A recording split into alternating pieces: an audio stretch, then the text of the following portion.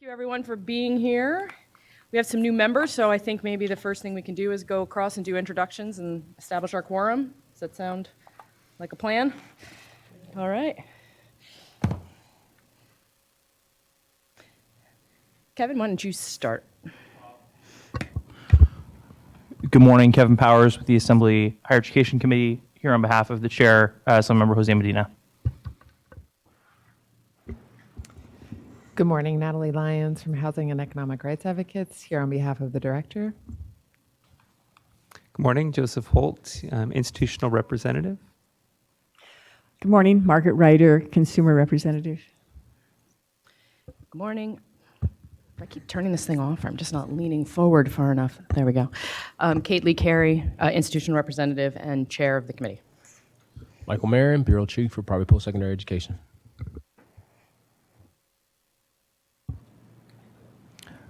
BJ Snowden, former student member. Sarah Mason with the Senate Committee on Business, Professions, and Economic Development, here on behalf of the chair, State Senator Steve Glazer.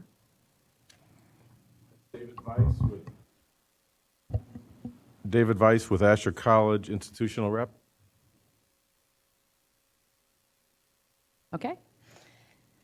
Great. So before, a quorum is established based on the attendees here. We can proceed. All right. So next up on the agenda is public comments on items not on the agenda. So if there's anybody has anything they would like to raise that is not on the agenda, now is your opportunity to come up and do so. Seeing none, we will move on. Next up is review and approval of the February Advisory Committee meeting minutes. As some of you know, we were here in May but did not have a quorum, so there are not meeting minutes from May. So we're going back to the February meeting. Does anyone have any input on the meeting minutes? I have to get to it, but I did have a couple of things somewhere here. It's disappeared. Oh, there we go.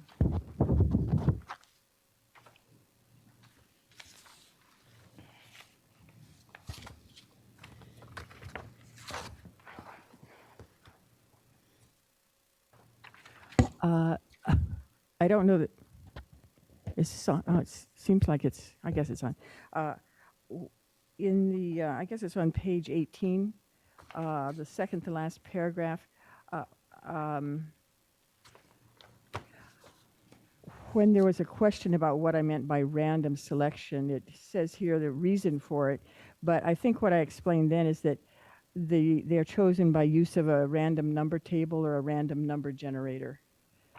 That was part of the motion, that they should be done that way, just to ensure there's no bias that entered into it. I don't care if we change the minutes, because we can talk about the complaints that were generated, and you can talk about how they were generated, the ones that provided.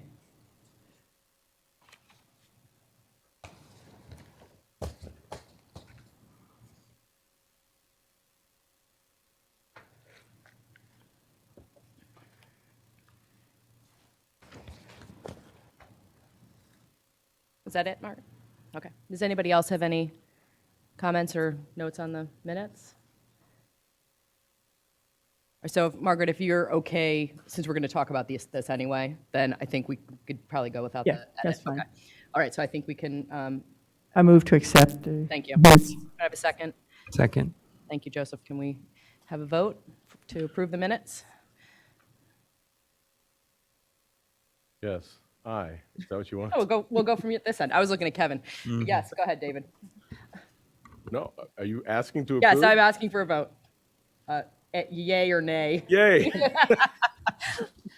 Aye. I don't know who else can. Kate, you can vote. Aye. Thank you. Aye. Yes. Yes. Aye. I don't know if you can vote or not. We got to work out No. Yeah, no. You'd think after this long I would know what I'm doing, but apparently voting is not. I've never done this before. Okay. I suggest what might make it easier is if one of the staff calls roll when we take a vote, and Okay, then yeah, that would be great. This way, it's clear what the votes are, because they do need to be recorded. Perfect. So Richie, I'm just going to look at you next time we need a vote. Put you in charge. Okay, so thank you, everybody, for the response to the minutes. Next up, remarks by the representative from the Department of Consumer Affairs. Updates including the Bureau's ops, human resources, administrative services, enforcement, information technology. Karen was here earlier. She said she was going to come back. They presented a written report. Oh, okay. So no presentation? Nope. Okay. Is the report in? Yes, it's coming right now. Okay.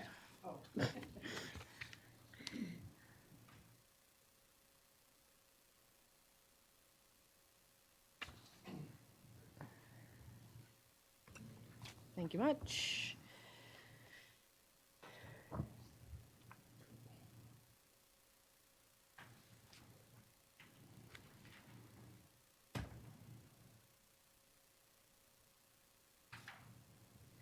Thank you. We'll make some. We'll make sure that we use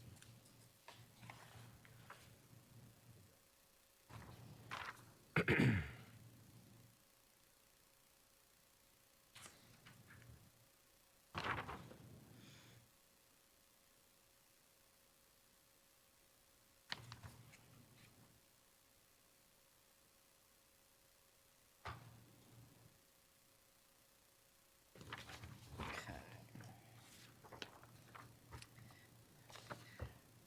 Michael, would you like to provide any information on this, or? Any questions for the written report that was handed out by the department?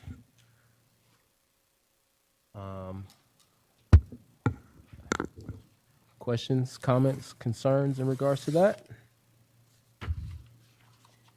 All right. All right. Do you want to ask for public comment? Yes, yes. Was this Richie, was this available for, In the back now. at the back for people when they came in? Okay. All right. So if anyone has a public comment or a statement about the report from the DCA director, feel free to come up and do so. Interim director. Oh, I'm sorry, interim. Okay, seeing none, we can move forward to the next item on the agenda. Bureau operations update and discussion. The first item is the Bureau budget update.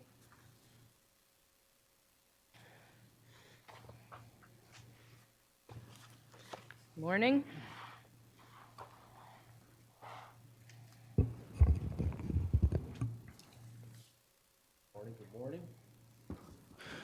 Morning, Madam Chair, members of the Advisory Committee.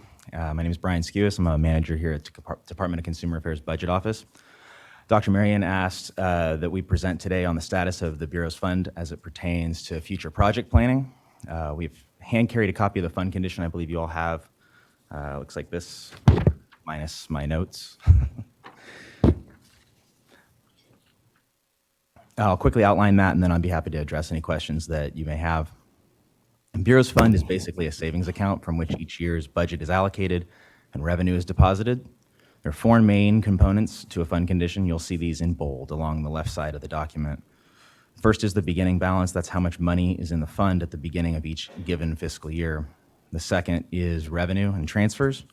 That, depending on the year, will either be an actual amount collected or a projected amount based on specific fees and workload metrics provided by the Bureau. Third is expenditures. This includes the Bureau's budget as well as direct-to-fund charges. Again, depending on the year, this will either be the actual amount expended or a projected amount. And finally, the fund balance. That's how much money is left in the fund at the end of each year.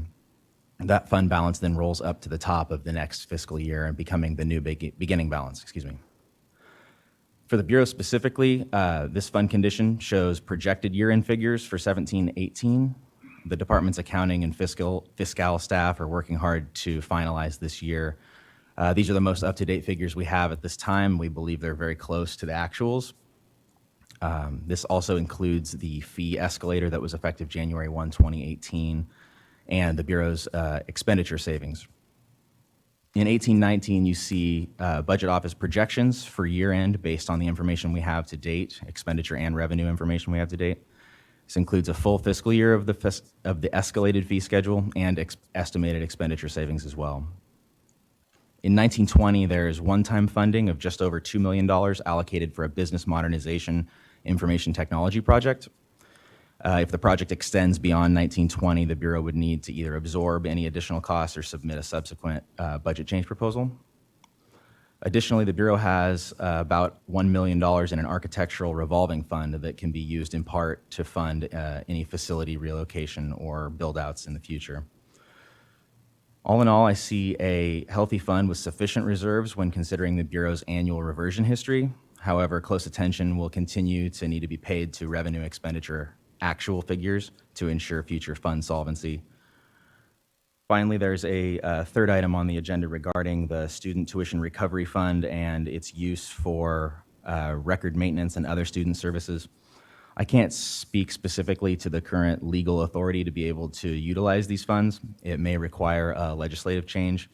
I'd recommend passing this question specifically to your attorneys, and after maybe at a subsequent meeting have a focused conversation about the intent and what the intention is and what you'd like to do with it outside of student tuition recovery. Thank you for the opportunity to present today. If you have any questions, I'm happy to answer them at this time. I have a question. I think I recall from the past that having a reserve for 6 months is sort of, is that, there's some sort of standard to that? It's either you can't have more than that, or that's the ideal, or what is that 6-month period? Varying programs have varying statutory requirements as to the balance of the fund. I would have to do a little research and check on what specifically to the Bureau, unless you can speak to it. Is it 6 months max? So maybe Noreen can correct me, but I thought that had been eliminated years ago when we had the economic downturn. And so I think, we were looking at recommendations for 3 months, as low as that, because they removed that requirement, finance did, that we keep, at least a 6-month reserve. That used to be the standard, but when we went into the economic uncertain, go ahead. Ken, thank you. I'm going to make Kate stay because I don't know the section number. Oh, Congratulations, you finally made it. But it does exist in our statute. It's in the fee. It's around the fee section that we are limited to a 6-month reserve. Okay. Yeah. So that's a maximum of 6 months. That's a maximum, but she's talking about a minimum. That minimum requirement that we have at least 6 months, that used to be a kind of a universal requirement for a lot of our agencies, right, Noreen? But finance removed that, I thought.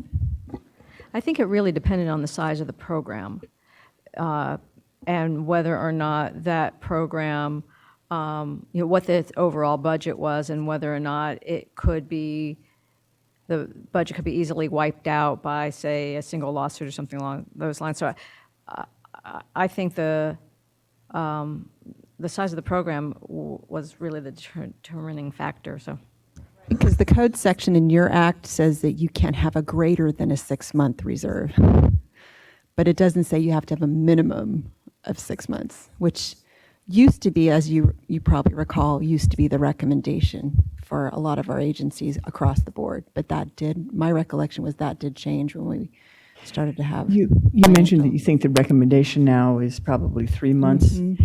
And I guess my question is, it looks like we're projected to be okay this year. And it looks like we're starting to fall below that next year. And the trend has obviously been downward. So I gather what you're saying is we don't need to worry about it now, but that's something that we need to be paying attention to, because we may need to make some changes in revenues or something to address that if it's falling. Correct. So what you see here, 18-19 was the first year with the full fee change, full fee escalator. So we're just kind of getting into realizing that universe as we see revenue. Additionally, the Bureau traditionally has a sizable reversion history that is not factored into this fund condition in future years, in 1920 and ongoing. So any expenditure authority that is not utilized would ultimately increase the fund balance at the end of each fiscal year.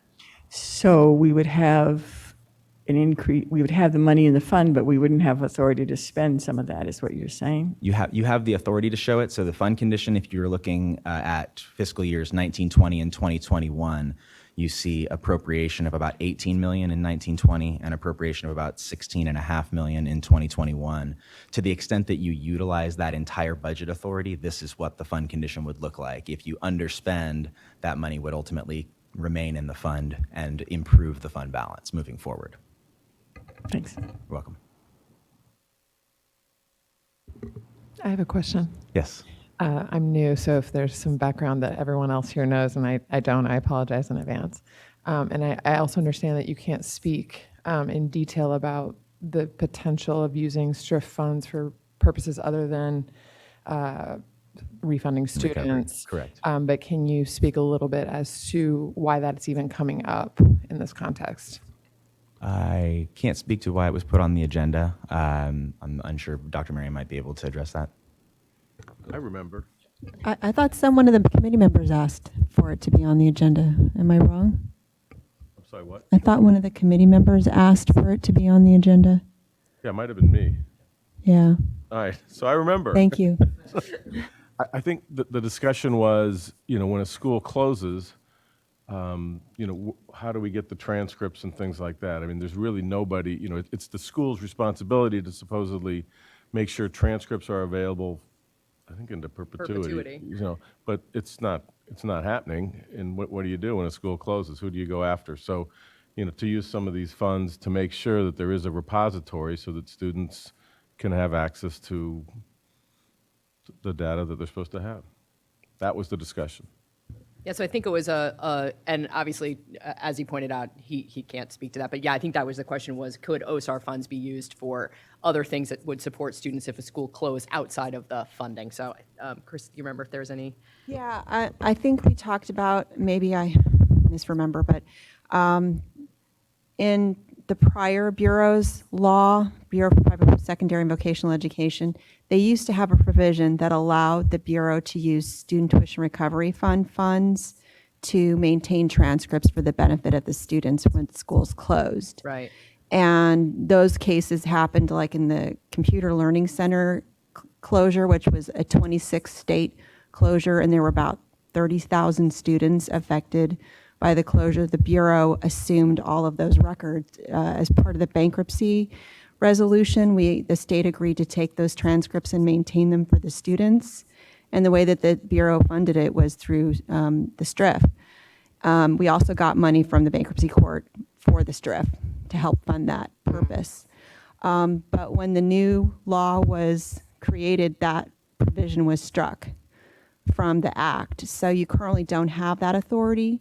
It would require, I think in our view, a legislative fix if you wanted to use the funds for that purpose. So right now, I think they're deducting from the administrative fund, is correct, Lisa, to pay for that. And so that puts a strain on the other operations and the ability to do other things for students. So, it's just really a policy call whether, someone would want to seek that amendment going forward.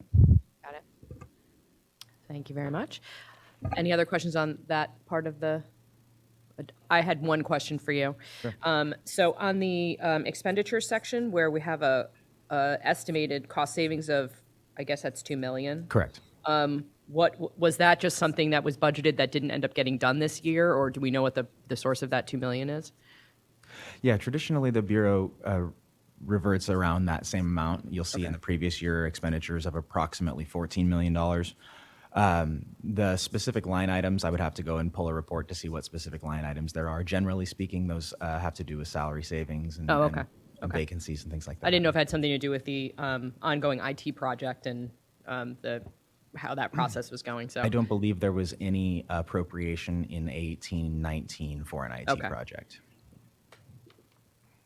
All right. Anybody else have any questions on the budget item?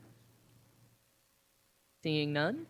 If you want to wait a second, we'll do a public comment, and that way if they have questions that you can answer. Absolutely. You can stay there for a minute. We don't have to call you back up. Sure. Any public comment or questions regarding the budget section? Awesome. Okay. Thank you very much. Thank you for your time. All right, so next up is 5B, Compliance and Discipline Report.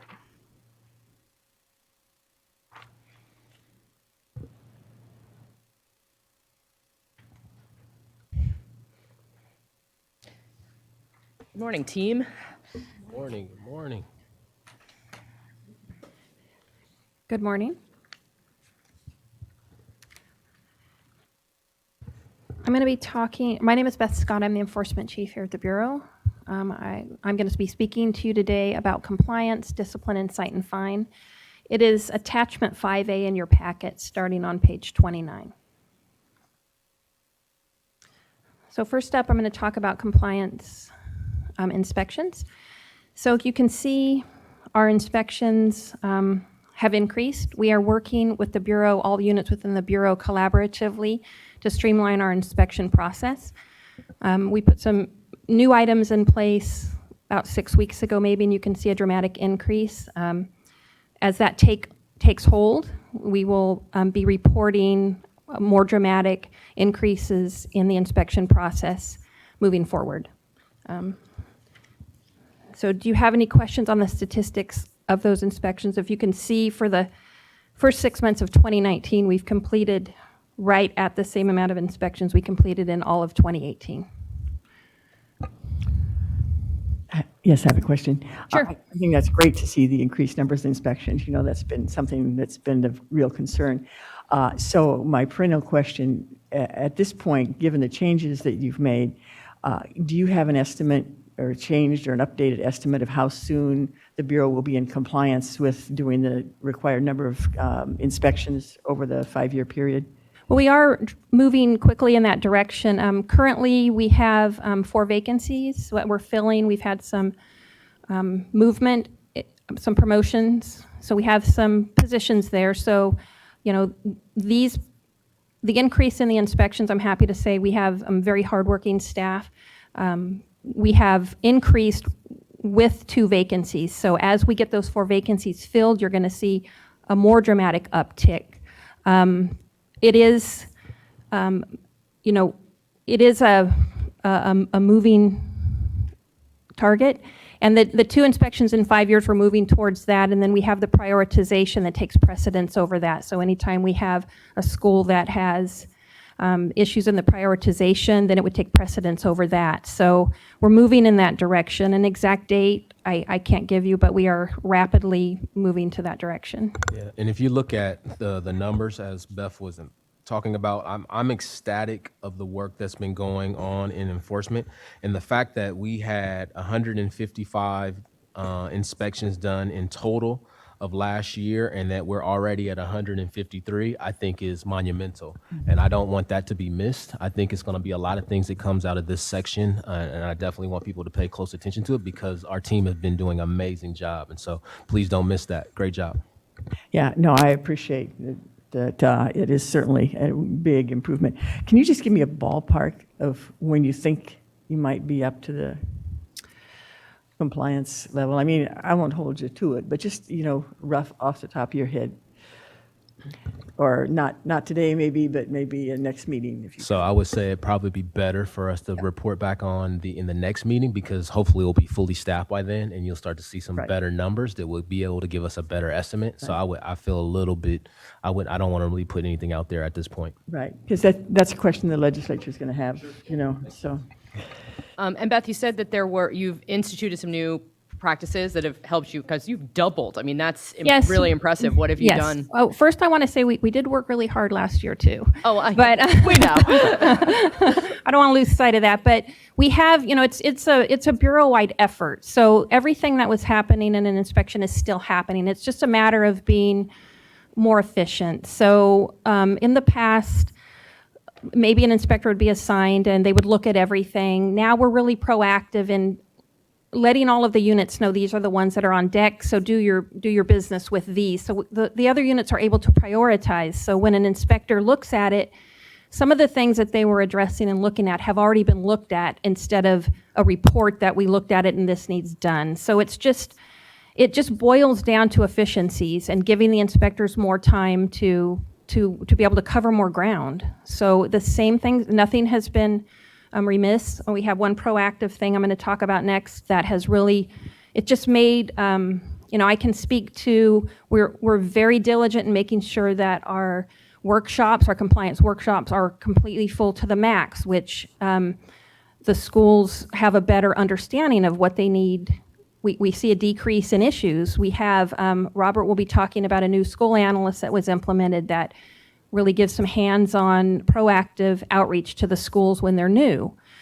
We have the compliance outreach that I'm going to speak of, just to give you one example, is compliance staff have reached out to 20% of all schools. They have reviewed the website proactively prior to inspection and reached out to the schools to say, you don't have a link, we notice this. So those are the types of items that are pretty time consuming during an inspection, and schools don't typically have IT staff on site that can make that instant change, which is what ends up on a notice to comply, which is why you see a slight decrease in the NTCs, because that proactive approach to that one thing. And then if there's other things that are seen on that website review, like unapproved programs, we can take other actions. But just that one item there has freed up an enormous amount of time.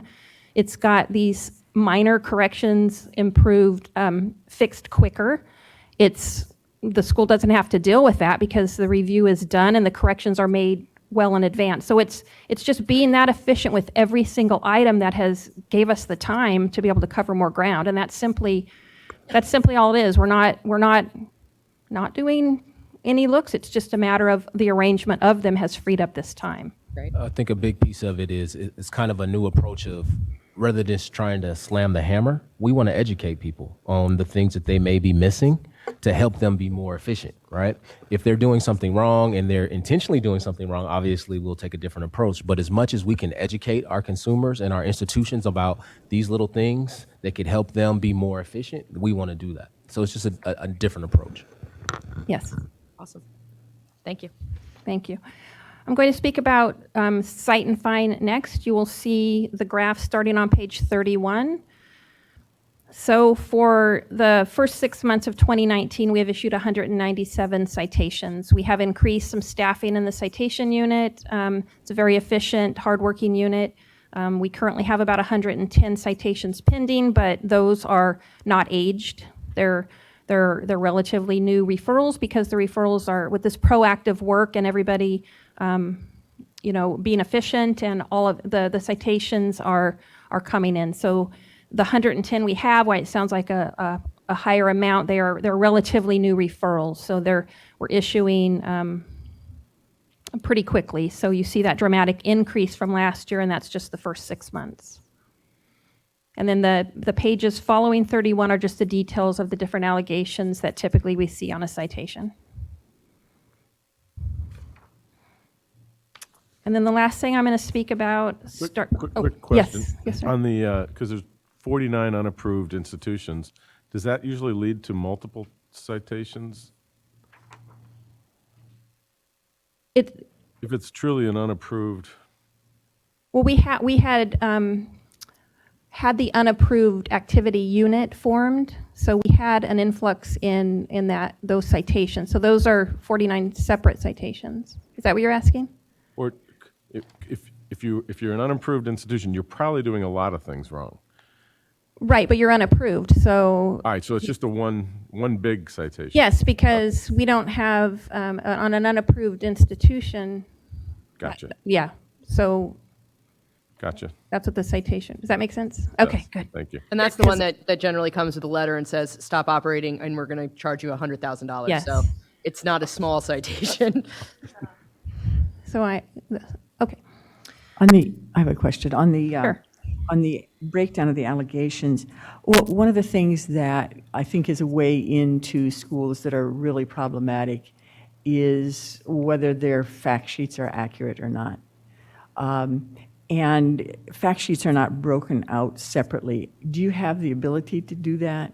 Or at least I missed it if they are. Because I would be interested in seeing, I mean, if the fact sheet to me is two things, or three things, are they doing it? Are they doing it right? And in fact, is what they're putting down accurate? And Well, we do have the breakdown. The back of this one, they have the Yeah, that- miscellaneous allegations broken out by, so the chart with the blue. Isn't it covered under Uniform Data Annual Report Performance Yes, Fact it's the Sheet? uniform data. The 75 there could be, is a failure to submit, but the uniform data annual report performance fact sheet is specifically to performance fact sheets or backup data. Got it. Which is a common type of Yeah. citation that we do. Thanks. So the last thing I'm going to speak about is discipline, starting on page 36. So it's some statistics there regarding our cases at the Attorney General, the statement of issues, and the accusations. So page 36 is a statement of issue breakdown with the actions, and page 37 is the accusations. We currently have 15 accusations at the Attorney General and 22 statement of issues. Of those 37, 25 have already been served, so they're pending either settlement or a hearing is awaiting. Do you have any questions on the discipline? Yeah, on your length of time complaints have been open, do these ones that have gone to the AG, where the time involved is now in the AG's court, are those still included in the pending complaints? They would be on our overall number. That So would like if it include- says so many complaints are 90 to 180 days or, 1 to 2 years, they're just included in that? They're included in the overall discipline number. The overall complaint The overall completion, complaint number? yes, they would be. So when they're at the AG's office, they're still considered pending? Yes, Right, right. from the time we get them until resolution.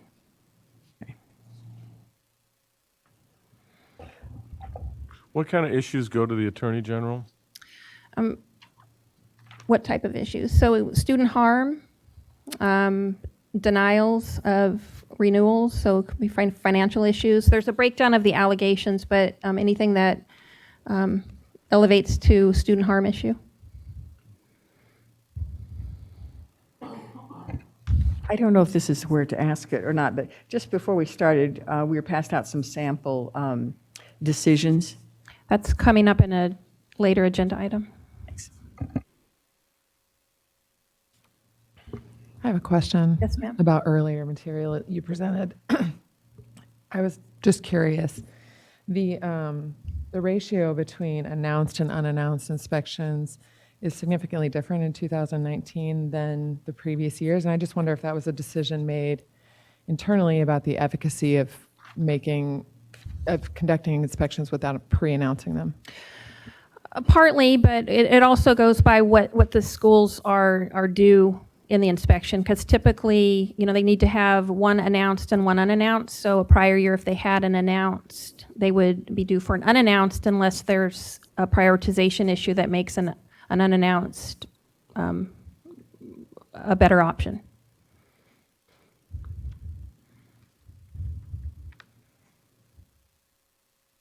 Does that answer your question? Yeah. Okay, thank you.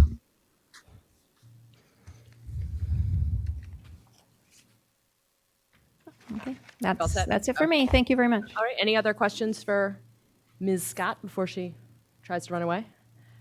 No. Okay, thank you. Thank you very much. Yes, any public comment specific to, to the complaints and discipline unit question, presentation for Beth? No? Okay, thank you very much. All right, next up, item C, 5C, complaint and investigation report. So I have to tell everybody, I'm very excited about this, the work that we've been doing in here, and I'm sure some of you guys have already seen the numbers. And I just want to give kudos to everybody that's at the table and the work that you all have been doing to help us in our enforcement area, and I really appreciate it. And I'm looking forward to your presentation. Good morning. My name is Beth Scott, and I'm the new enforcement I don't think you're turned on, the green light there. There we go. There you go. I'm the new enforcement chief over complaints and investigations. Welcome. Thank you very much.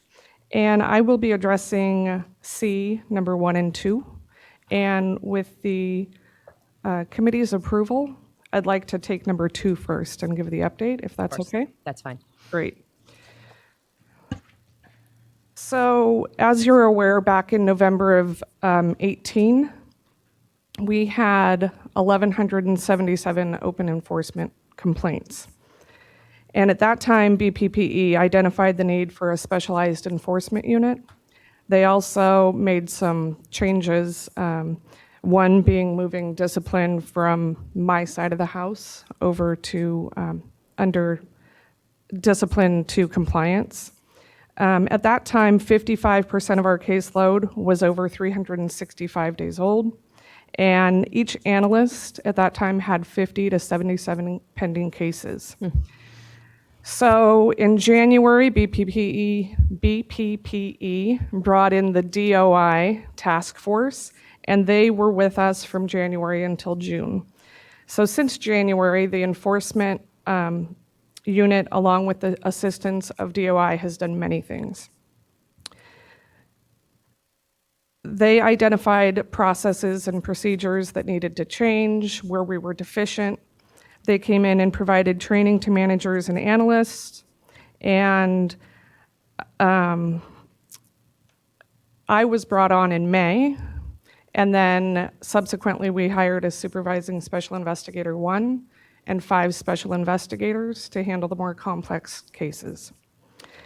Since that time, well, I was here for about 6 weeks with DOI, and during that time we conducted case reviews with managers and the staff, and provided further training to the staff. Since DOI departed us at the end of June, we have implemented a new intake process. We implemented a new complaint handling procedures. We implemented new best practices for managers and analysts. We implemented a new report template. We implemented a new closure memo. And I've transferred several complex and/or age cases to our new special investigators. We also received training in August. Our staff received training on grounds for discipline from the Attorney General's office.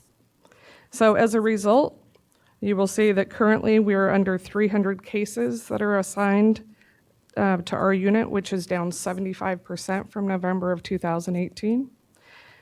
Our cases over 365 days old are 31% of our caseload, down from 55.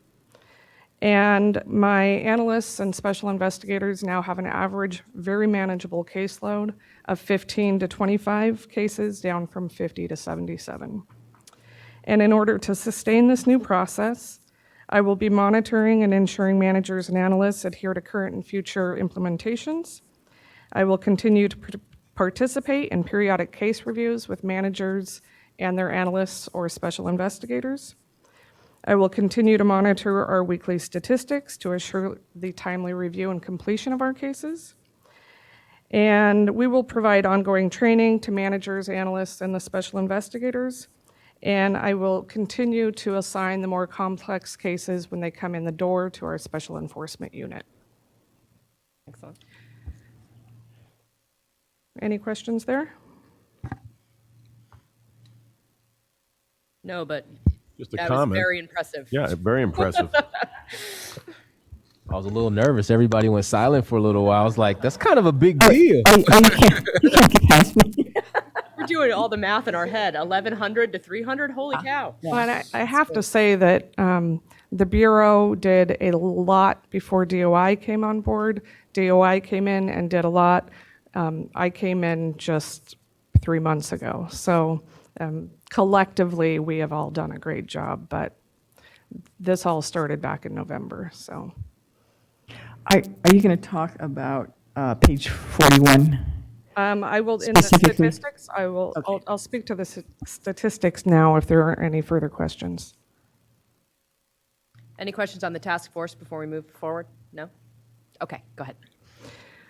Okay, so if we want to look at page 39, I'm looking at the second chart, which, as I explained in my task force update, that with the help of DOI, we were able to close 1,178 complaints in quarters 1 and 2 of this year, which is 67% more than we closed in all of 2018. And if you look at the first two columns to explain that, the first column are the cases that the analysts closed, and the second column are the cases that DOI closed. We worked in conjunction with them, but sometimes a staff member from DOI did the closing, and sometimes it was a BPP employee that did the closing.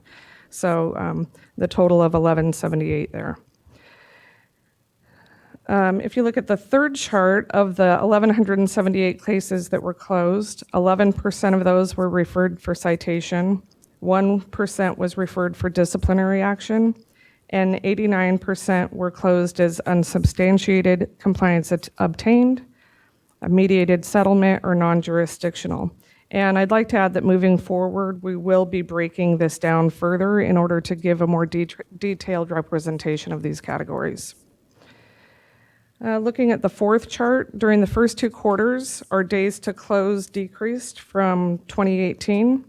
During this period, 36% of the cases we closed were closed within 180 days, which is up from 29% in 2018. And as we close close the current aged cases, and in new cases are received through the new intake process, we anticipate the days to close will continue to decrease.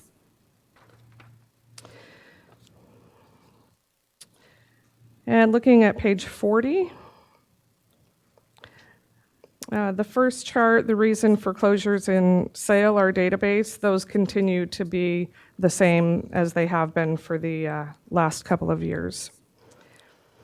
And the second chart, you can see that the complaints, which are indicated for 2019 by the red bar, we had a spike in complaints in April, and this was due to we received 60 complaints about the same institution during the April time period, so that's why you see the spike there.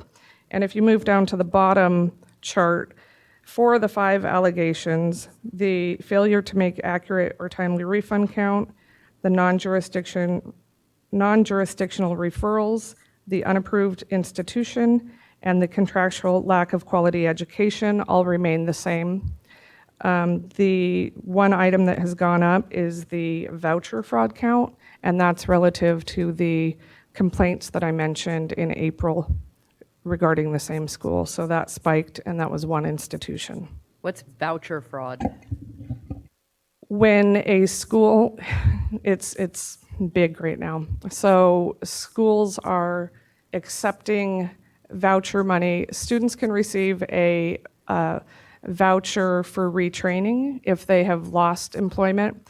So they will receive a voucher for $6,000, and it's just coming into play that schools are accepting this voucher money without providing the education. So they will accept the voucher money, not teach out the students, maybe pay the student a small portion. There's various ways that it's being conducted. Are those vouchers from from a WIB, or where's the voucher money coming from? No, this is probably getting off track, but I'm gonna jump in real quick. These are normally from insurance companies. Oh, okay. Folk rehab is my guess. Correct, vocational rehab. So most of these cases are referred to the Department of Insurance to investigate. Okay, interesting. Thank And you. yes, all of those 60 complaints were referred to Department of Insurance. And they were all from the same school? Yes. About the same school? Yes. Okay. Thank you. Sure. And if you move to page 41, this chart represents our current pending caseload. Actually, it's through June 30th, end of Q2. However, as I mentioned before, our caseload has continued to decrease. And if you can refer to the chart titled Then and Now Statistics, Case Age of Complaints. You can see that our cases 0 to 90 days old are down by 30%. Sorry, do you have it? For those who don't see it, it's not in the original packet. It was in the stuff that was on the side. Okay, thank you. So the first chart indicates our numbers in November of 18. And now, as of last Friday, the 16th, our cases 0 to 90 days old are down by 30%. Cases 91 to 180 days old are down by 63%. Cases 181 to 364 days old are down by 80%. And cases over 365 days old are down by 87%. And if you look at the last chart, you go back to page 41, our pending caseload, you can see it has continued to decline since November of 18, and we've completely eliminated our backlog. And as a result, among other accomplishments, a big accomplishment is that on our investigators' advocacy on behalf of the students resulted in a total of $78,824.94 in refunds to students or to their federal student aid account. Have any questions? I have a question. Hi. I'm over here. Sorry. I'm just curious how you decide what complaints are urgent. What are the criteria? So there is a list of criteria that are statutory. So it's Great. Thanks. Good morning. Good morning. I would be interested in understanding your intake process and how that's been revised since the DOI task force coming in, and what best practices you've implemented in that regard. Okay, so as far as the intake, brief overview. Again, before my time, what the intake process was before, so I can tell you what I understood it to be. Cases came into intake, and then each manager within the unit was assigning the cases to the analysts, and it was problematic for many reasons, and one, which is one of the reasons for our ability to have closed as many cases as we did, were many cases were received at intake that really should have never been assigned to an analyst. They were non-jurisdictional. That was the big one. So later on, we found cases that had been there and aged and should never had been assigned to an analyst to begin with. So currently, they're coming into, as I mentioned, we now have a dedicated intake analyst. The cases come in, the analyst reviews the cases. It's a long process about what goes into reviewing it, and as far as urgency, and the supervising special investigator one that we hired is now in charge of the intake desk. And so when the cases come into intake, the analyst can do a more thorough review at intake to see whether or not it's jurisdictional, and whether or not, sometimes it can be closed out at intake. Maybe a simple phone call you can see if a student received a refund, or making sometimes one contact, and it can be handled. From there, it goes to the intake manager. So he is the one that is responsible for assigning all cases and for determining which type of analyst or special investigator that case needs to be assigned to. So it's a much more zippered up system. Does that answer your question? Yes. Yeah, the new process flows much better than it did before, and I think that one of the key pieces is the current intake. So as soon as it comes in, it's going to the right person to really be able to review it, to make sure, okay, to Beth's point, is this non-jurisdictional? Do we need to send this to another bureau or borough, or does this need to go straight to urgent, and it needs to go straight to the intake manager? So it's the new process allows us to flow the process a lot more. So the input from D of I was very crucial in helping us be able to look at things a little bit differently, and I think it's going to help, and you'll see this continue to improve. I have a quick question. Sure. Earlier, there was reference to some vacancies in regards to staff that do inspections. What is the status currently of your staffing for the analysts and special investigations? So currently, I am interviewing next week for a manager. I recently I'm down a manager, hoping to get that filled as soon as possible. We hired 5 special investigators. 4 of them are on board. They came on just a couple weeks ago. The 5th person is currently a special investigator with the state, and so they're holding her. She's starting in a couple weeks. And I have an OT position, which will be at intake as well. So we'll have the analyst as well as an OT at the intake desk. And I have an open analyst position. So I have 4 openings as well. And what is your confidence level that when you fill those vacancies, that you'll be able to sustain this positive performance over the long term? 100%. Thanks. Like the confidence. So quick question, or to add on to your question, Joseph, which I think was brought up by Sarah and Margaret at one of the previous meetings, which I think was also a key component to some of this reorg, is making sure that we have the proper classification for certain positions to be able to do the level of work that we need to do. And so I think these 5 special investigators are moving us in the right direction around being able to do that. And you'll see that moving forward. I think it's great you got them. Was that in the budget for this year, or how did you manage to do that? Yeah. Or I shouldn't ask, maybe. I think it's terrific. Yes, thank you. I'll leave it at that. I do have a question just to understand. On page 41, you have this total of $78,000, and then the next one says full refund to 3 students, $52,000 each. So that's in addition to the $78,000? I'm sorry. Must be.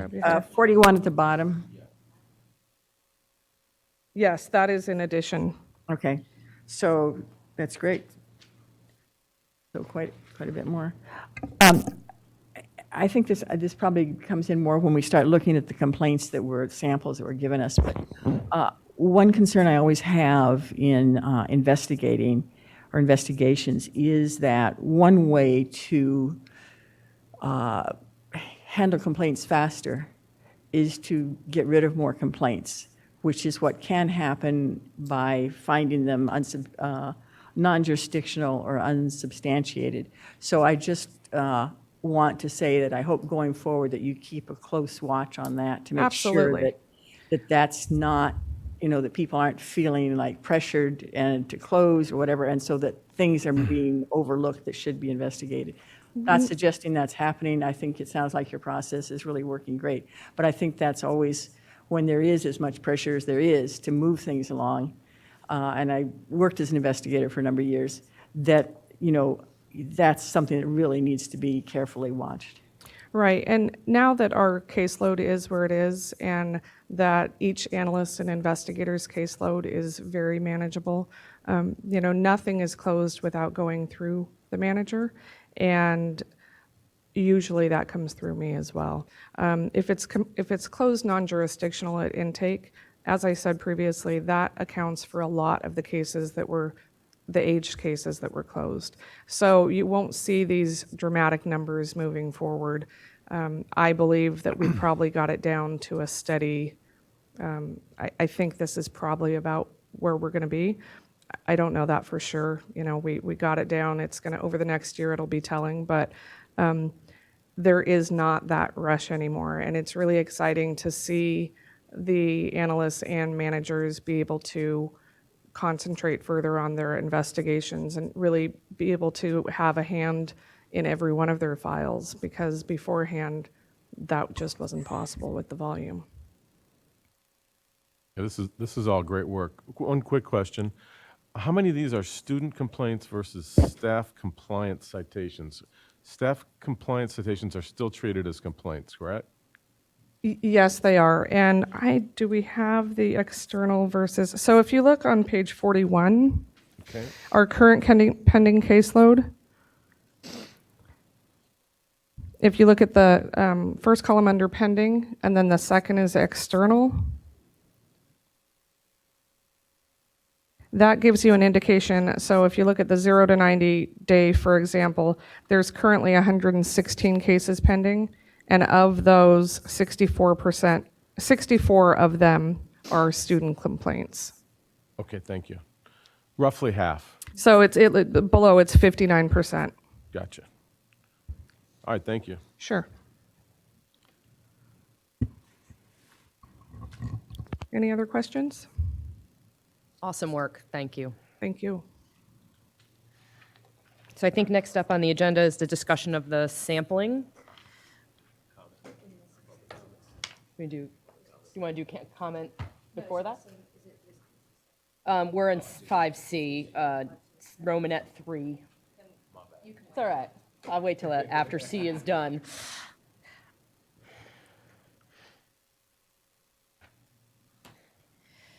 So just for our newbies, there had been discussion in the past, and honestly, the fact that we're making such great progress with the complaints, I think is an amazing and awesome thing, and I think probably alleviates a little bit of the concern that had been expressed about how long it was taking and what kind of complaints and what was the basis for them to have been closed and that kind of thing. So the request that Margaret had made a few meetings ago was to see sort of a sampling, an idea of the kinds of complaints and how were they being handled.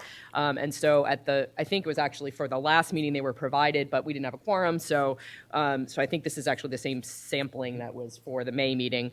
And I think the idea is to get a sense from your team now we have a much better sense of what the intake looks like. So I think the next step is for the different kinds of complaints that you get, what is the process, what are students seeing, how are students being communicated, that kind of thing, which I think is mostly what the sampling is providing. Michael, did you want to? Yeah, and that is a part of 4 that Christina will be talking a little. Oh, okay. Okay, gotcha. So we are currently on agenda item 5C, Romanet 3, and so that's a discussion of the sampling, and then 4 will be a general complaint handling process overview. So I guess we can start with the discussion on the sampling first, if that makes sense for you all.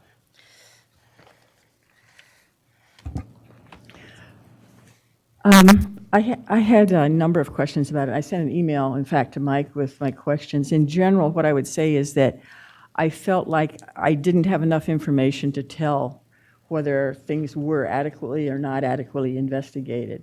But I think I'd like to start with, if someone could describe what process you used to come up with well, 2 things.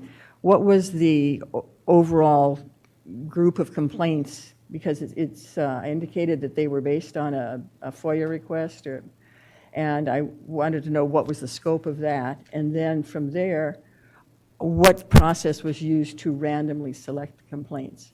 Was there a random number table used? Was there a random random number generator online that was used? Or how did you determine a random sampling?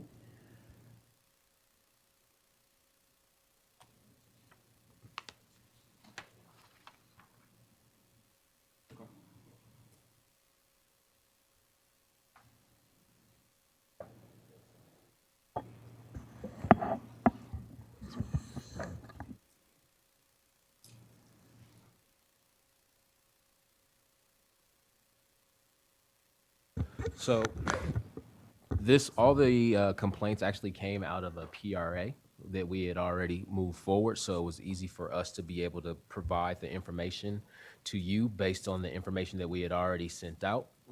And so that made it easy for us just to be able to pull a random sampling. And when I say random sampling, we wanted to make sure that we had, within that PRA request, we were able to pull out different ones that may match what your interest might have been. So what we did is try to look at specific ones in different pots versus saying, okay, let's just grab a whole bunch of random ones. We want to be specific that they were differentiated within the specific complaint type. And so I think that's the approach that we took in working with our legal to be able to provide the committee that information. What was the scope of the public records request from which you drew these? I can't recall that. And what years did it cover? You recall, Christy? Well, if you want, we can put the Public Records Act request on the agenda and provide you the request and the response. My recollection, I didn't handle that, but my recollection was over 300 pages. And so we didn't think you wanted all 300 pages of that response. So we selected, my understanding was, and again, I didn't handle this, it was your prior counsel. My understanding was that the committee had asked about certain categories like non-jurisdictional, unsubstantiated, substantiated, and mediated. And so the staff just went through that stack of the over 300 pages and pulled the ones that were responsive to the types that you had indicated you had concerns about to see what was the complaint, the scope of the complaint. And then because we figured you'd want to know what the result was that was provided to the student, we provided you the public documents that we can provide you on how the complaint was closed, because the response is what the student gets. So you're seeing what the student's receiving from the Bureau, and so we figured you'd want to maybe weigh in on how that response was provided and whether you think more could have been done in terms of the response to the student, because this is what the student gets to close their complaint out. And so what you got is the complaint redacted to protect the privacy of the student, and the Bureau's official response, which is public, with, again, the information about the student redacted, so to protect the privacy of the student. The public record request, was it asking about particular students, particular time period? Again, that's not on our agenda today, but we can put that on a future agenda. I did not handle that. I thought it was on the agenda because it's part of this. That's what this, it says that's where it came from. So I'm just asking about a little more information about. Discussion on sampling of redacted consumer complaints with closure letter is the title of the agenda item. It doesn't.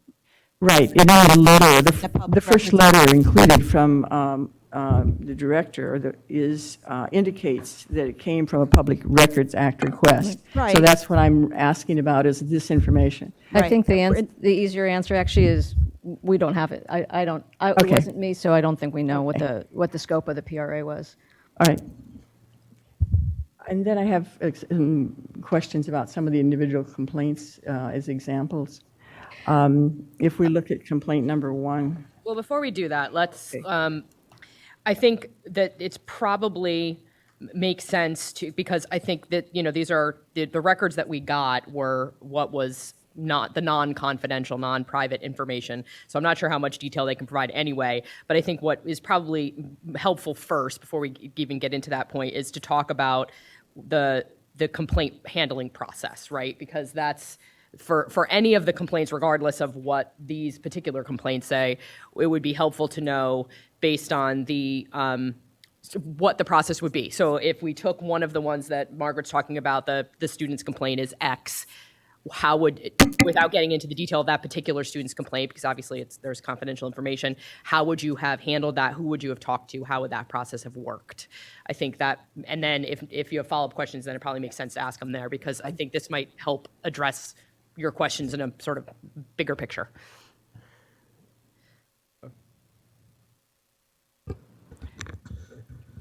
So are we talking about from when a complaint comes in the door? So I'll give you a brief overview of what happens at that point.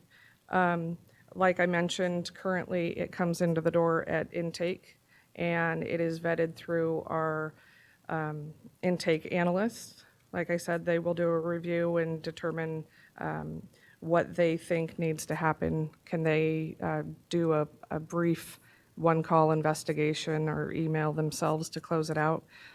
If not, it is then given to the intake manager. I mean, they put together the file, they determine and mark the file whether it's urgent or what priority it falls in. And they either close it out and prepare a closure memo, or they give it to the intake manager for assignment. And from there, the intake manager will assign it to the appropriate analyst or investigator based on the analyst investigator's caseload, based on the case priority, based on experience, depending on what the complaint is for. and they then give it to the analyst or investigator's manager, who will then, so I want the managers to know exactly what their own staff has. The manager will then do what they need to do paperwork-wise, make sure the assignment to that individual is appropriate, given maybe pending vacations, or they might know something that's going on with their staff that the intake manager doesn't know. And then goes to the the desk investigator, because every investigation starts with a desk. Now, as a exception to that, now that we have the special investigator classification, some cases at intake, if we can see at intake that they're serious or going to be complex, or they will immediately be assigned to a special investigator. Once they're assigned to a desk investigator, that analyst reviews the complaint and develops an investigation plan. They research the institution and SAIL, our database. They contact the complainant and clarify the allegations, and they request additional documents at that time. With a time frame, they ask the complainant provide those documents within 14 days. And then they do any further investigation in SAIL, looking at licensing, maybe other open complaints. Once they receive the information from the complainant, they review it and they determine whether or not it can be closed at that point, or if it needs to be referred to a field investigator. And then it goes to their manager, who will make the assignment to a field investigator if that investigation needs to be done. And then a field investigator will take it from there, review what the desk investigator had found, again, request any additional documents they think might be necessary from the complainant or the institution, They perform additional research on the institution, develop their investigation plan,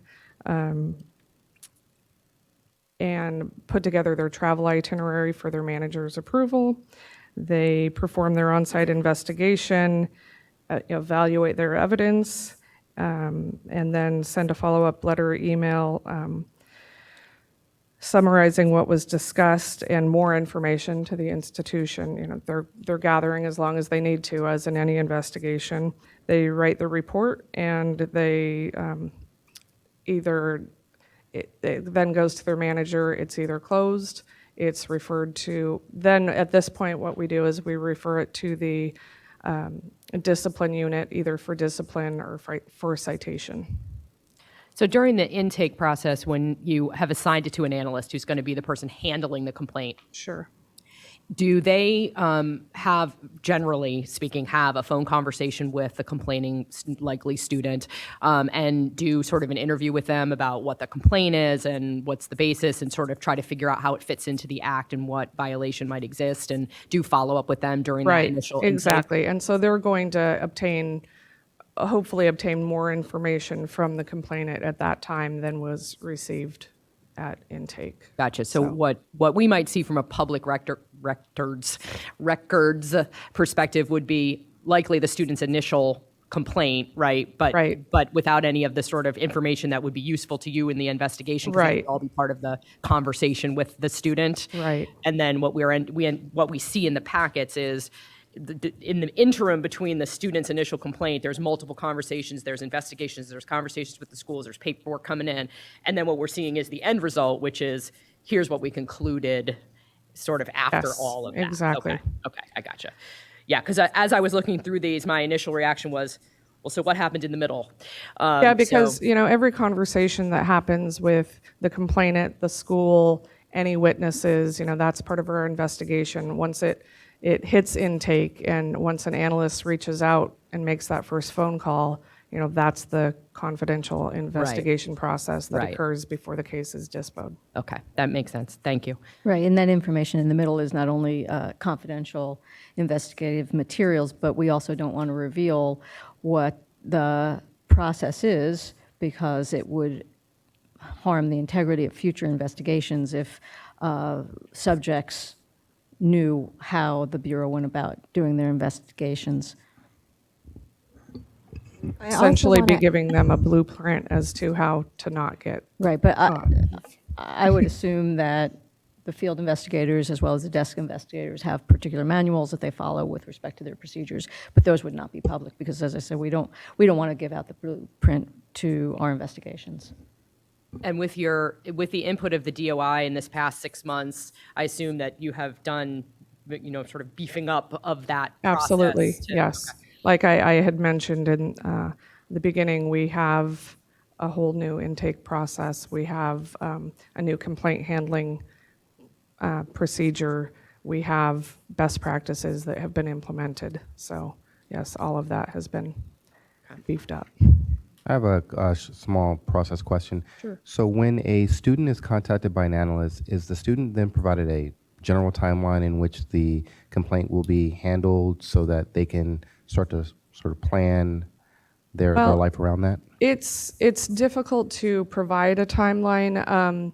The analyst or investigator can give them this is when I'm intending to get to this, but I try not to give out, we do have in the new case handling procedures, there are timelines. So there's a timeline for intake.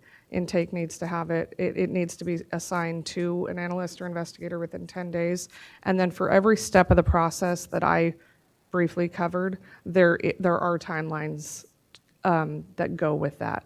Now, as you can see, historically our caseload, that time frame wasn't reasonable, and now it is. So, I've always hesitated to give, tomorrow I'll have an answer for you on this, because there's so many variables in an investigation that you don't know what you're going to receive. So, yes, the analyst or investigator will have that conversation with the student and keep them apprised. But, even with the student, all we can say is it's an ongoing investigation.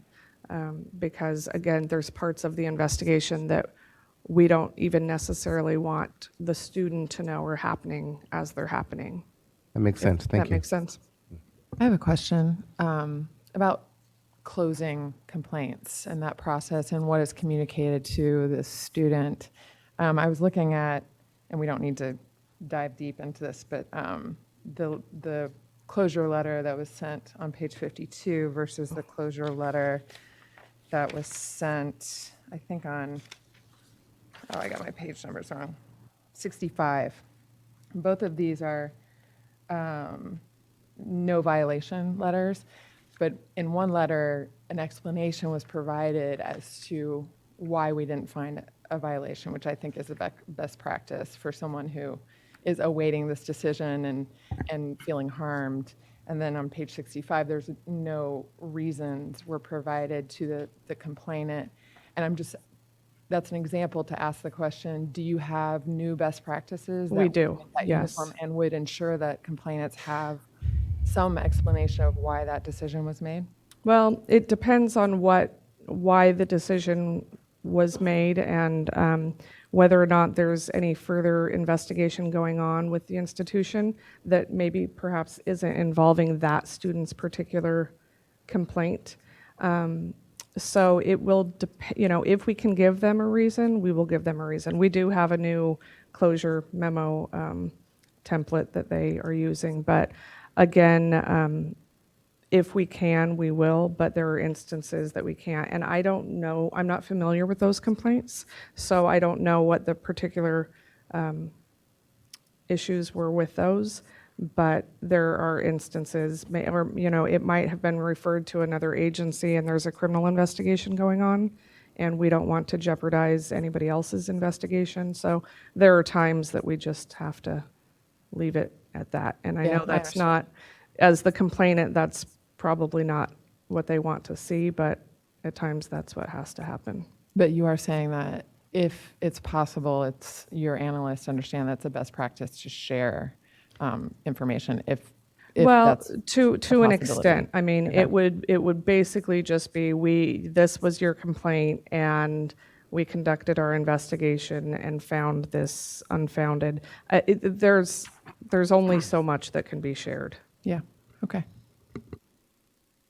When I asked for this, it was part of the discussion in which I was questioning why it is that the Bureau is not the agency that's out there in front stopping really bad schools, that it's the AG, it's, private lawsuits or whatever. And I thought that having complaints, including I'd asked for the steps that were taken to reach the result, would help us understand that.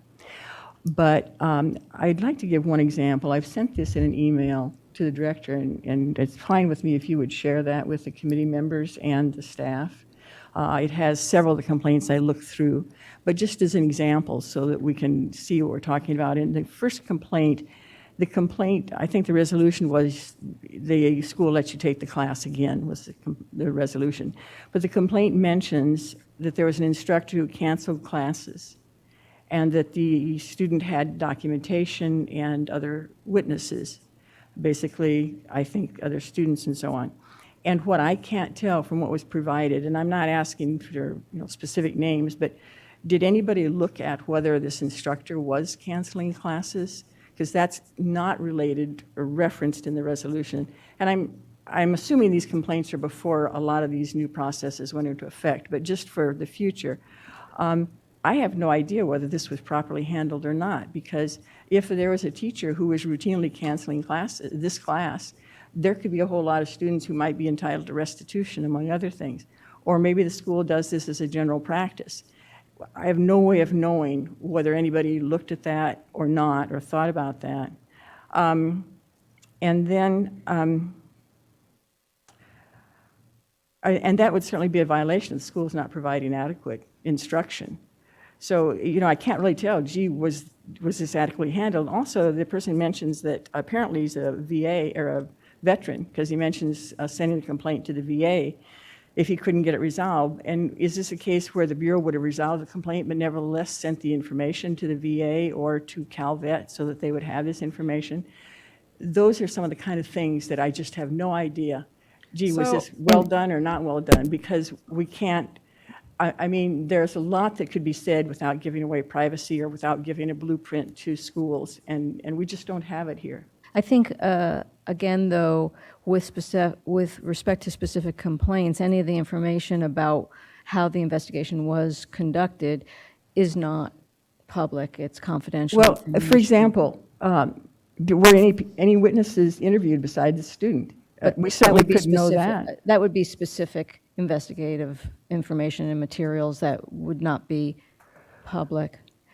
Well, to the advisory committee over the agency, while it might not be broadcast publicly, it certainly seems that if we're going to provide good advice, we need to have some of that information.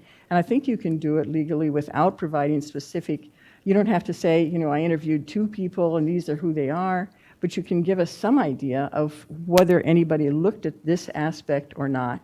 If you could just say, no, we didn't look at that, and tell us that, that's fine. Or we did, and we interviewed people, and we looked at documentation. Providing that information to the members actually makes it public. I have a question And about we don't that, do actually. It's been a long time since I've reviewed the sunshine laws here, but my understanding is once an investigation is closed, that changes the nature of whether it can be made public or not. Is that inaccurate? Yes. No, I think that does not change the nature of the investigative materials. They remain confidential. Our position is that once the information is made public, then yes, it's no longer confidential. So the way that it becomes public typically is and we give you an example of one of the cases, if the information, if there's a charging document like an accusation or a statement of issues that's served, it's appealed and it's litigated, all the information relating to the investigation is typically provided to the other side.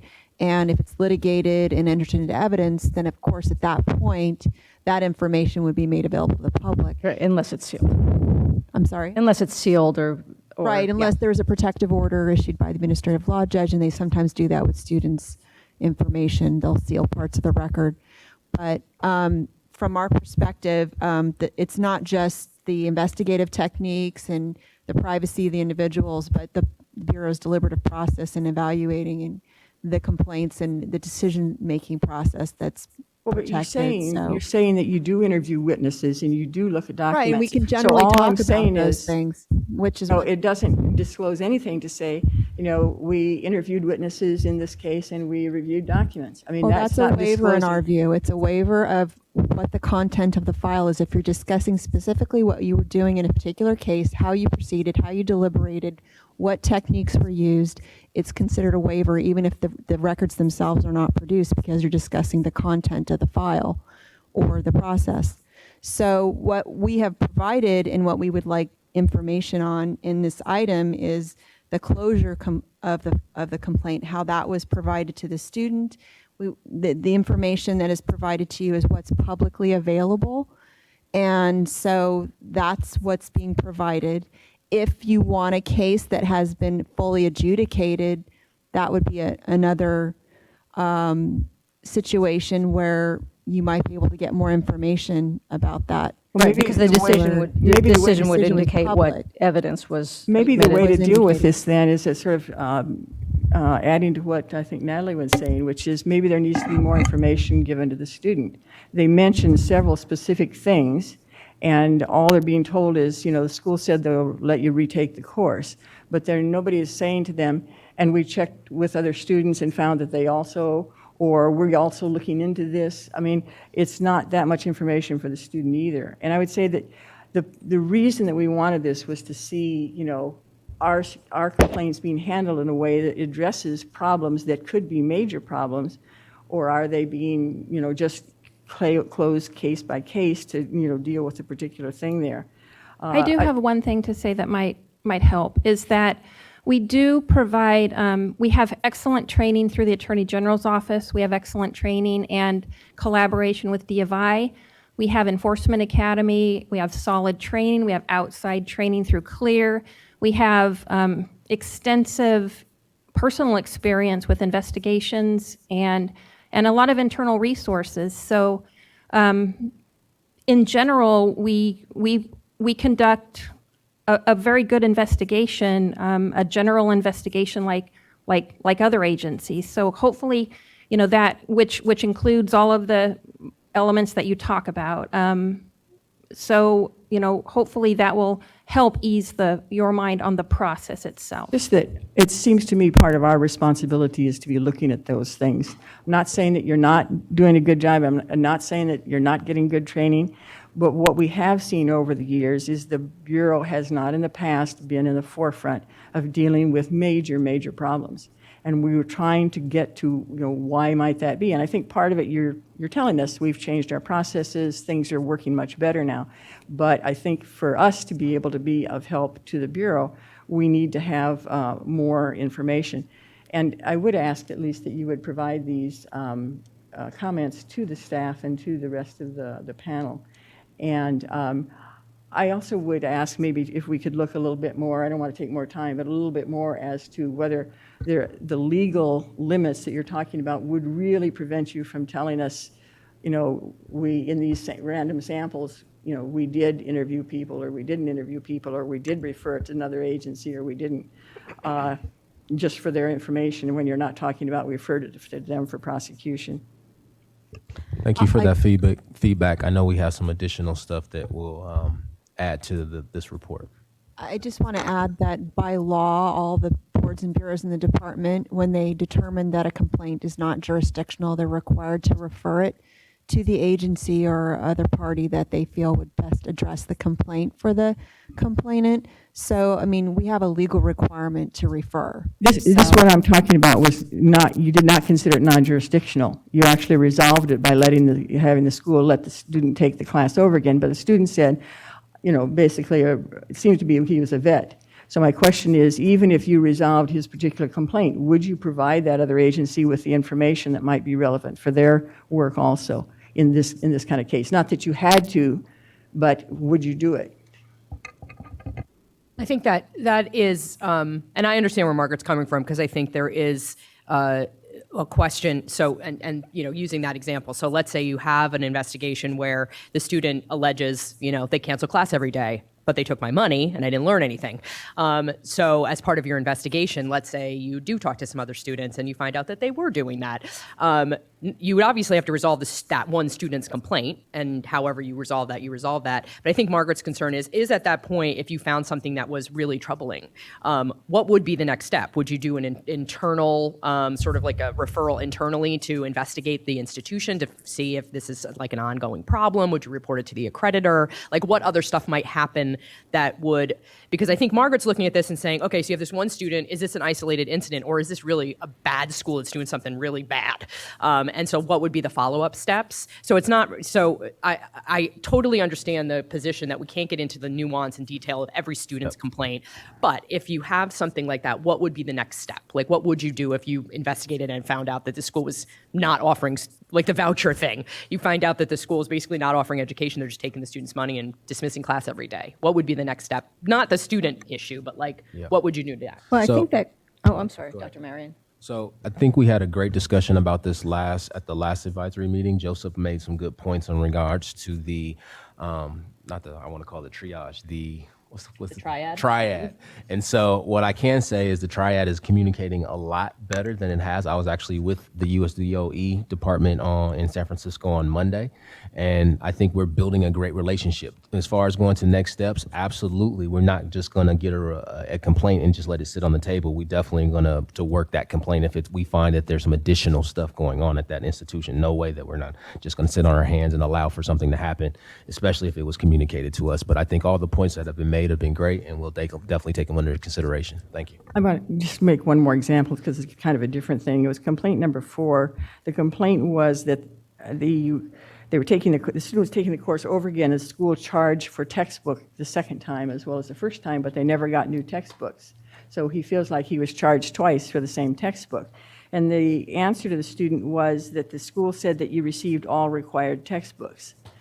Well, that doesn't really answer the question. He had the textbooks from the first time he took the course, so yes, he received all required textbooks, but he had to pay twice for the textbooks, according to the complaint. Well, that same complaint, he got his money. They did a credit to his account for, It's not as I clear recall, what the credit was for, $1,500. so from the way this is talked, they gave some kind of credit, but it doesn't specifically have anything to do with textbooks. So it's unclear whether the credit had to do with that or something else entirely. That's all I'm saying is you just cannot tell.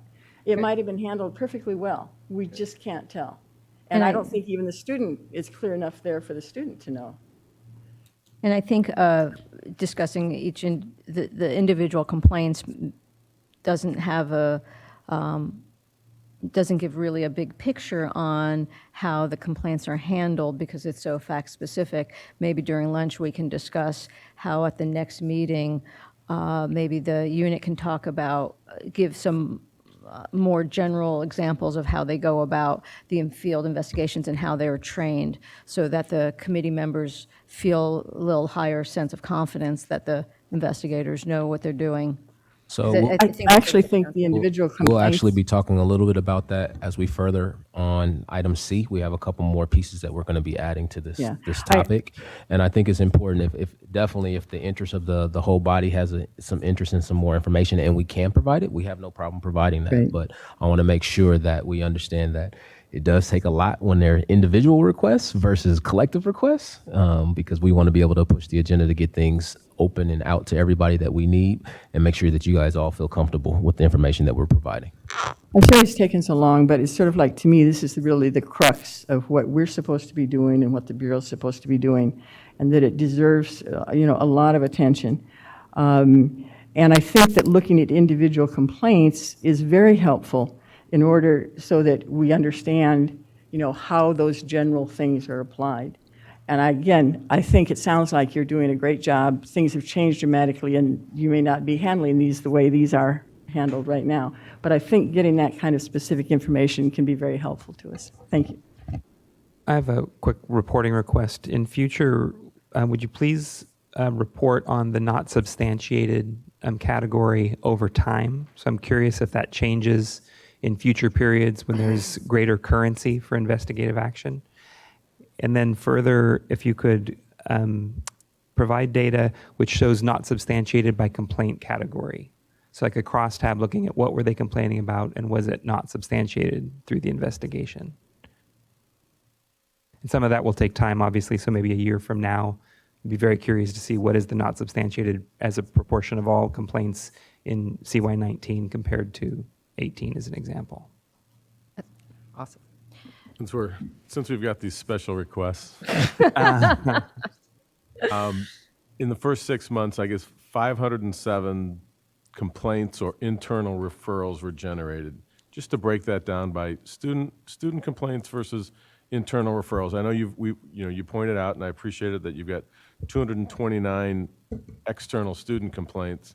Just to kind of, where are we trending? On page 40, you've got the complaints received and internal referrals generated. We talked about 60 of them was from the same institution regarding that voucher issue. Just how many of them are student complaints versus staff referrals?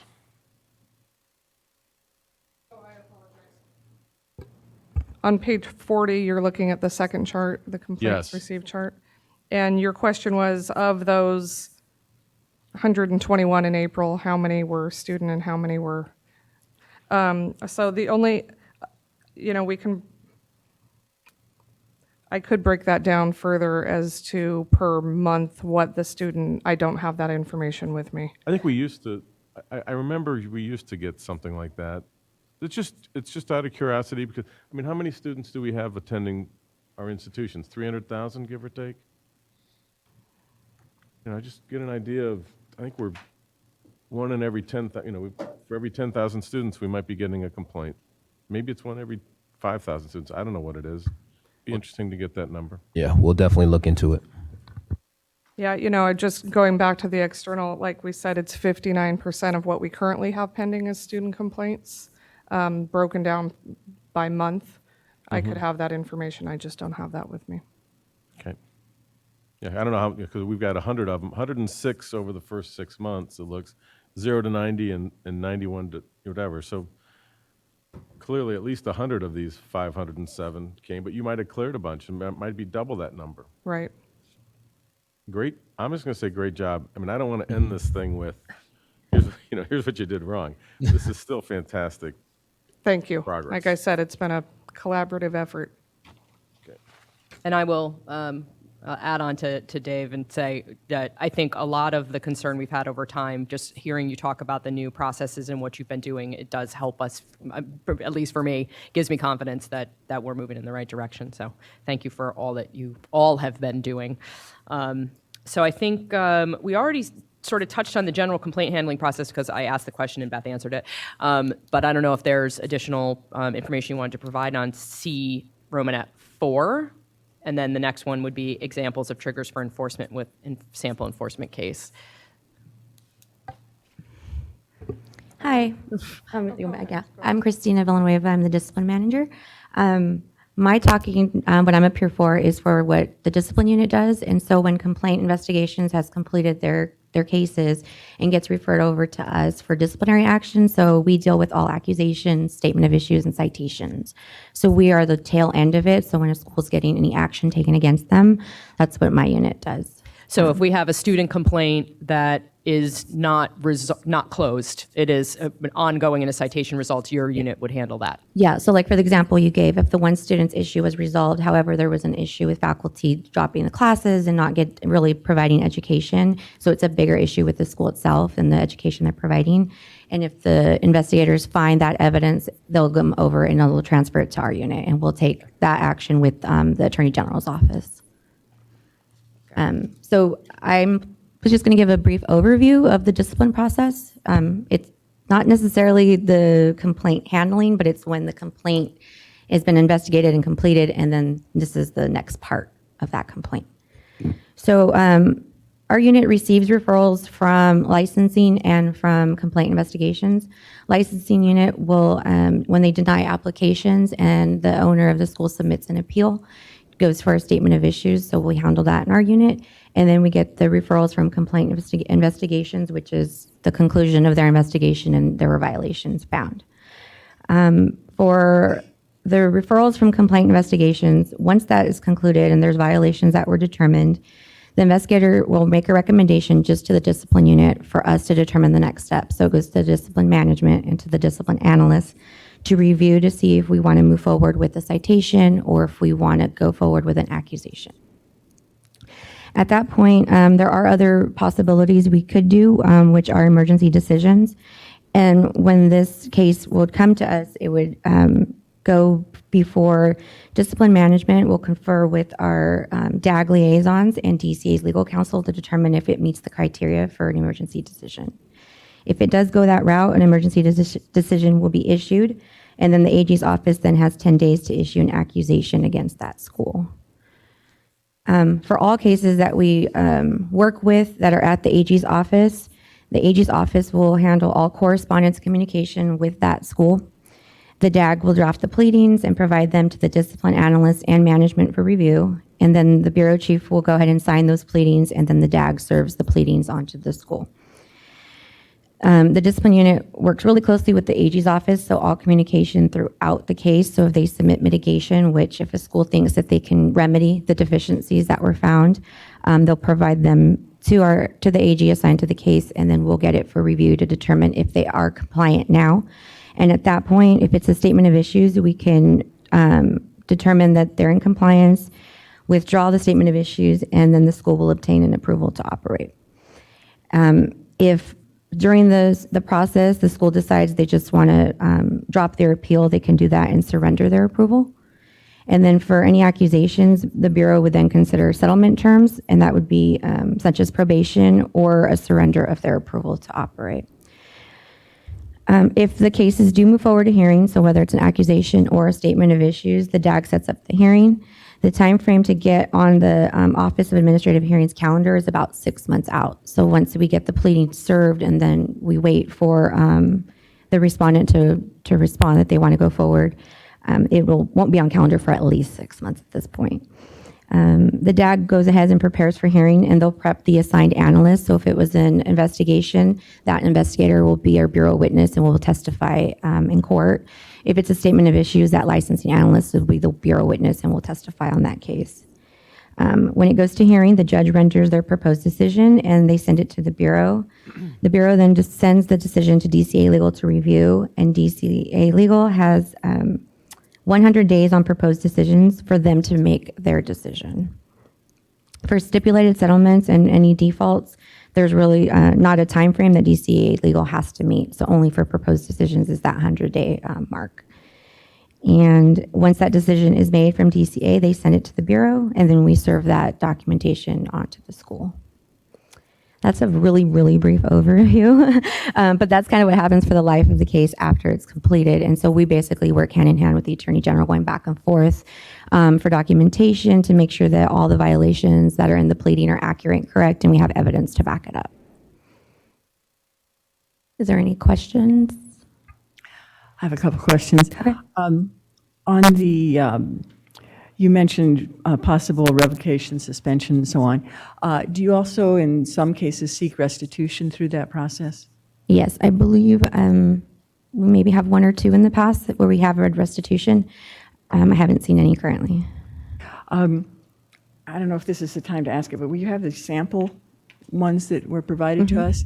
I didn't see restitution there. Can you tell me, like, in what circumstances you would seek restitution? I mean, I think these might have been ones where they were the school folded, so maybe that would be like getting blood from a turnip, but. Beth, do you know? If it's depending on what the case ends with. If we're going to settle for probation, we're going to have cost recovery. If there's money owed and we can seek restitution, then, and it's appropriate, we can get money back to make a student whole, to make whoever is harmed whole, then we will do that. Can you do that for a school that's not approved? No. So all you can do is shut them down, basically? Well, are you talking about an unapproved citation? Right. Or, Then, I don't know, would it just be a citation? For or unapproved activity, it would be a citation with a fine up to $100,000. But not restitution? Restitution for the students who went to the unapproved school and didn't get an education? I have not seen that happen, no. I think that's already. don't feel we have authority to do that? I believe the authority for an unapproved institution is citation fine citation. for operating an unapproved institution. Well, and I have seen in the past when an institution has received a notice for unapproved that the letter from the Bureau will actually say you need to cease enrollment and refund students, right? So it is part of the citation that they tell the school, stop enrolling in the students that you have and need to basically Just refund them. request to make the students whole at any Right. cost. if it's Whether just- we'd have authority to do that if they don't, Right, but we're yeah. still going to. Still demand that pursue they that. do it, and then there's the fine attached to it, which is. Yes. If you settle with them, you could do it that way then, right? You could seek restitution if it's a settlement that they agree that they won't keep operating, you don't. A citation isn't unless if it moves forward to the Attorney General's office, if they don't abate it and it moves forward to the Attorney General's office, there could be settlement issues, that- but it. And at that point, you could have restitution as part of the settlement. And yes, we have done that in the past Yeah. with our schools. And then I have one other question, and that was on the accusations, it said there were 3 of them in 2019 who were rejected by the DAG. Can you give us any more information about what kind of things caused rejections? Rejected by the DAG means that they could need additional investigation, and then it will be resubmitted. So that would be considered a rejection. For the additional information, they won't hold that open. They will wait for us to gather what they need. They let us know specifically. We gather that and we send it back if we can get that additional information. Thank you, everyone. Okay, so I think the last item on agenda, item C, is Romanet 5, which, Yvette, I'm assuming that's why you're here. Examples of triggers for enforcement with sample enforcement case. Good morning, Yvette Johnson. So some of the triggers that we have for determining whether or not to move forward with an enforcement case are, as I believe Beth mentioned before, we actually use the statute, which is California Education Code 94941, which lays out the prioritization for our complaints. In addition to that, we also look at the age of the complaint, how many prior complaints there are regarding the institution, the total number of open complaints that we may have on the institution. We look at health and safety issues and the allegations of the complaint, are they egregious or not? In addition, for schools that are participants in Title IV, we also look at the Department of Education composite score. We're looking to see, are they administratively capable, or do they have the funds there to, if the school were to close, what's to happen with the students? We look at whether or not the school has been placed on heightened cash monitoring again. And then we also look at actions taken by the accreditor or the Department of Education against the school. So some of the factors we do not, we may conduct our own investigation, or we could use the information that we've received from these other agencies, like the Department of Education or the accreditor, regarding things that are going on with the school. So we'll look at those. Disciplinary actions, citations, and notices to comply are listed on our website. So we do make that public record for everyone that they can look at. So that goes along with the process that Christina just spoke about. Once the record becomes open, the accusation has been served, or the statement of issue or the citation has been served, then it is posted to our website so that anyone can look at and see what's going on with that institution.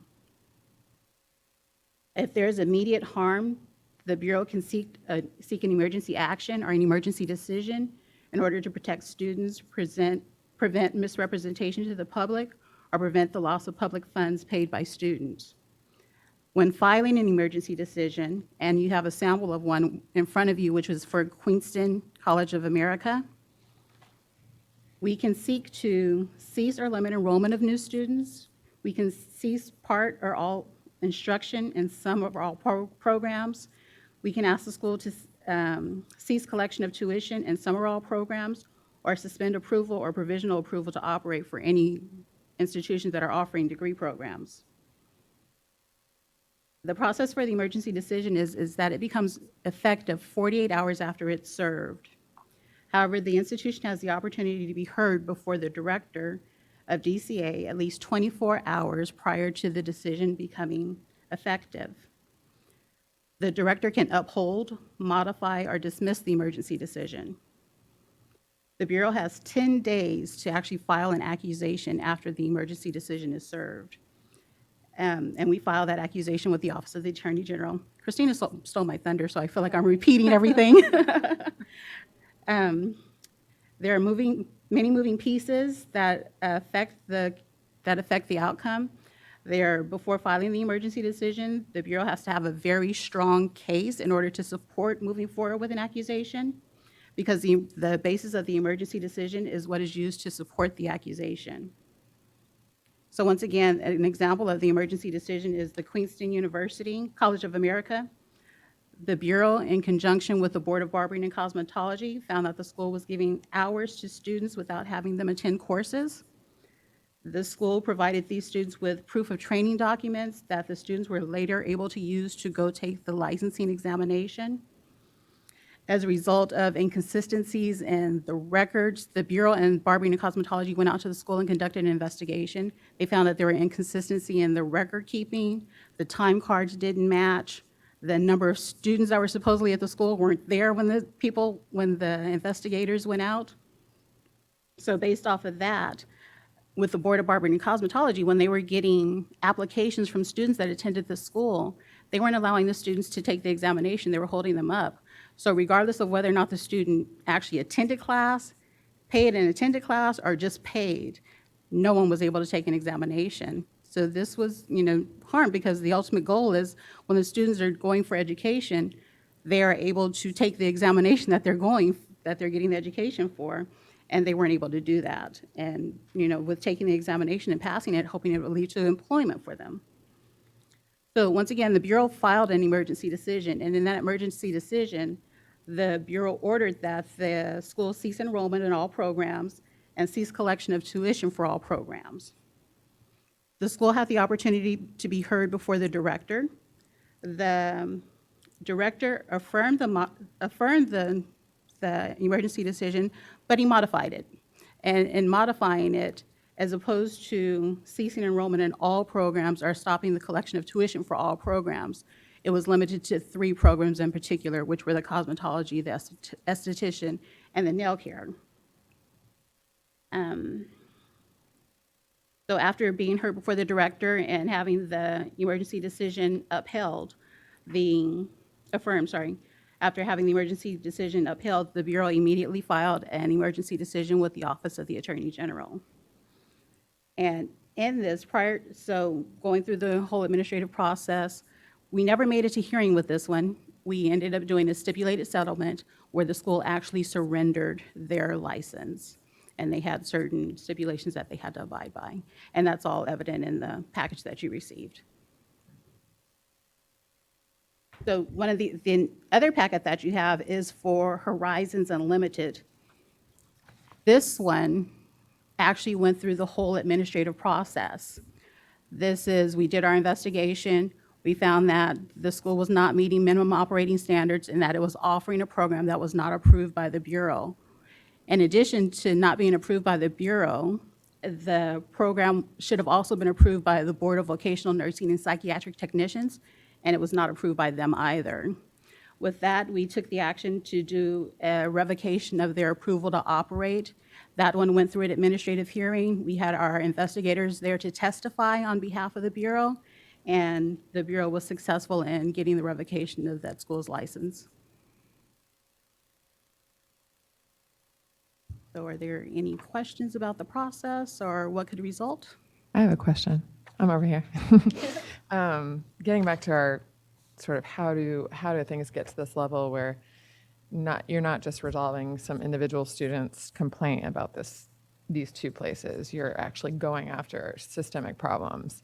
And I haven't had time I've skimmed, but I haven't had time to see if the answer is actually in here. But do you know or recall whether these investigations and these ultimate decisions were prompted by a student complaint that then got elevated, or are there many ways that you all receive information that then is elevated to this level? Yes, we receive complaints from consumers, students. We receive complaints from employees of the institutions. Some of them may be based off of investigations we may have started and found that it went deeper. And so we had, like you said, systemic issues that we had to, that arose to a higher level. So a further investigation was needed. Or, you know, some of the things Margaret has said is that we may see that there are issues from an accreditor from another governmental agency, and we will look at those as well. So I guess, and maybe there isn't an answer to this question. When Beth, right? When you were describing, first it goes to the intake analyst, and then it goes to or it's closed, or it goes to intake. Is there some sort of process by which you all identify potentially systemic problems at a school and then route it accordingly, or is there a designated process for that kind of for these systemic patterns, problems that look like it's not just one person having the problem? Absolutely. And in every individual investigation, there is the potential of it, elevating to this. And usually it does come from a complaint, and it might be a complaint that is not even relevant to the case that ended up moving forward, but became evident and relevant during the investigator's investigation. Okay. Does that answer your question? Yeah, that does. Thanks. I think there's other ways too. I mean, so you have a complaint. Maybe it's a student. I've dealt with ones where it was an employee has made the complaint because they thought something was fishy. But they also can come from the Bureau's own investigations, and they do their inspection. They'll find something during a compliance inspection. So and then there's the ones that are sort of generated, like, the one I always tell anyone who has an unapproved school, and they're like, how did they find us? I'm like, probably because you're advertising on the BART. Use your brain. So there are things where, Yvette happens to be on the BART and sees a school, and she's like, never heard of them. So, sometimes it's internally generated, sometimes it's a student, sometimes it's an employee, sometimes it's from an inspection. So there's lots of different ways that they end up in this. And competing schools. Right. And so if you have, so if it's a complaint, obviously it goes to your unit first, but if you had something like a compliance inspection that resulted in this, then they will refer it to my unit. Yeah. Okay. And, just like when we were discussing the statistics in our current caseload, 59% of them are student complaints. So 41% of them are coming from everything you just mentioned. All the other. Including Gotcha. from a compliance inspection. Okay. Or maybe in talking to a student, or an investigator might get a tip about something else or another institution during their complaint. So yes, currently, I'm not going to talk historically, but what's currently in my caseload is 41% that are coming from non-students. Other sources. Yes. So can I just add to that, as in the discipline unit, when Beth was talking about every unit now is kind of taking control of what they're in charge of and seeing if there's any discrepancies or deficiencies. A lot of the times we can get recommendations for disciplinary action or citations based on the fact that we have multiple units finding out that the same school is in violation. So that doesn't necessarily mean we need to investigate. We have the evidence there that they're either failing to, pay their annual fees or submit annual reports, or some financials are off, compliance inspection found, missing documentation. Those types of things will go straight to discipline, so don't necessarily have to be a complaint that was generated from a student. Yes, So- and just for the new members, if you look at the breakdown of compliance inspection, you'll see the notice to comply, which is what is given on site at the inspection for minor violations. The other avenue is an enforcement referral. So that is where you're going to see, you're looking at minimum operating standards, you're reviewing files, but if an inspector sees a systemic problem, like overall we're reviewing 15, 20 files and you're seeing that refunds aren't happening or something that needs further investigation, we also survey students during the inspection process. We ask the teacher to leave, we survey the students, they fill out surveys, they tell us good things about the schools, things that maybe they have issues with, but we also leave them with our contact information in case they're not comfortable during that setting. We will get information so that at least they know that we're here if they have something they want to tell us offline outside of the inspection process. So that could generate some of the student complaints also from that process. So that's where you're going to find your systemic issues that you're speaking of, and it makes us the front runner of seeing some of these things because we're there on site seeing what's going on.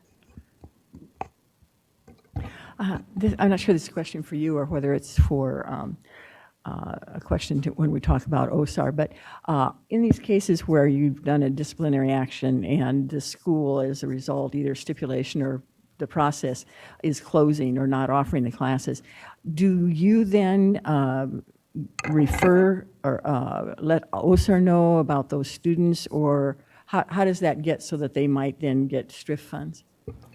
So once we have an accusation or we know something's coming down the pipeline, we usually will notify OSAR, closed school unit, all the chiefs and managers to let them know that this is coming down and it's a potential closure, so that we're not trying to get it at the tail end. We're kind of making those contacts and getting the documentation as we're pursuing the action.